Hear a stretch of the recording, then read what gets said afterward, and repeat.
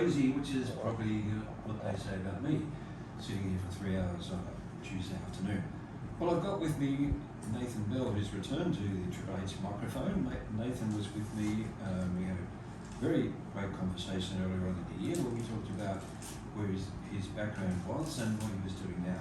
So Nathan is from Newcastle and he's writing books, and he's dragged himself up in a wonderful way from a really difficult background. He was originally homeless, and some of the information that he's given me and shown me, and some of the books that he's written and the artworks he's done are really fantastic.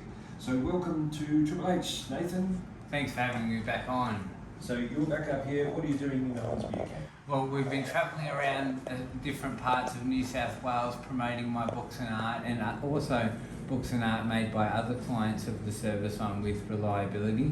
And at the moment we're coming to Hornsby every Tuesday, and we'll be coming to Hornsby every Tuesday for the next couple of months at least, just to get that art out there and to get new readers and to get new people appreciating what we're trying to create and what we're trying to put out there into the world, which is a positive vibe we're trying to put into the community. Which is great, and you've given me some wonderful cards here that you've made. Is this your artwork? Yes, many of them are my chalk pastel paintings, and there's also 2 digital images there, and they're available as gift cards which you can buy off me for $6. So they're lovely little products which people can use for a practical purpose. Yeah. And so tell me about your books.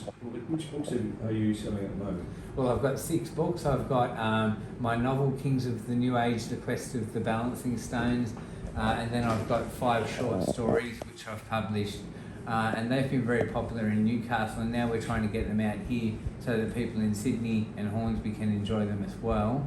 They're about a variety of subjects. They deal heavily with my mental health crisis that I had several years ago, and they deal with other aspects of hardships I've lived through. Well, I have to congratulate you in coming through all those problems that you've done and being so positive and getting where you are now. What sort of people are you aiming the books at?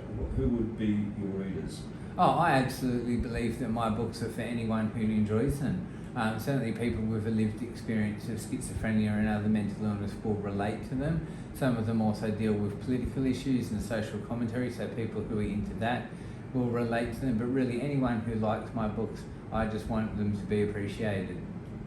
That's great. And is it a wide audience? Like, would this be for teenagers or for Well, I will people, say or? they're probably not for kids under 15, but anyone over that age, I'm sure many people will enjoy them. I did look at one of your books and did have a naughty word in it. Yes.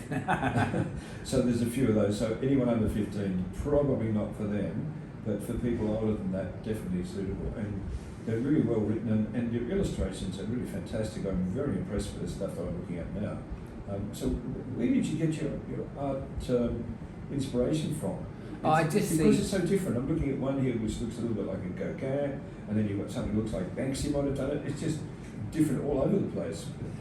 So where do you get your inspiration? These are just the things I see in my crazy mind. So some people might think that I'm crazy as well, because these are just the products of my wild imagination. I see alien worlds in my mind. I see strange parallel universes in my mind, and then I put it down. It's a bit like driving on the M1, really, isn't it? It's a bit like that, yeah. So I just put those amazing visions that happen in my mind's eye down on paper, and for everyone to enjoy.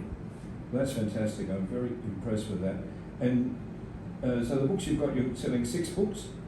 Yes. Yeah. And what are the titles of?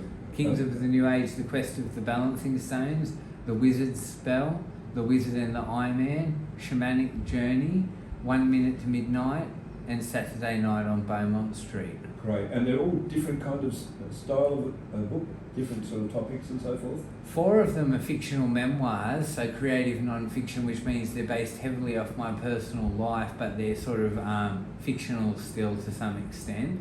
And 2 of the other ones are just fantasy. That's great. So you're up there by the Hornsby station at the moment? That's where we've been this morning, and it seemed like a good spot. People were very positive. We got a lot of friendly responses, sold a few books and artworks down there, so we think we'll stick with that spot. That's wonderful. Okay, well, thank you so much for coming up. And if you're around the Hornsby station area, pop by and have a chat to Nathan. He's very friendly, and his work is really worth looking at. I'm very impressed with it. So Thank you so much for coming in, Nathan. Thanks for having me on again. Play a Eurythmic song, and we'll see you again in a few months' time if you're back in the Hornsby area, because I'm really impressed with you and the work that you do. Let's hear from the Eurythmics with Thorn in My Side. Wait till I get the thing in the right place. Here we go.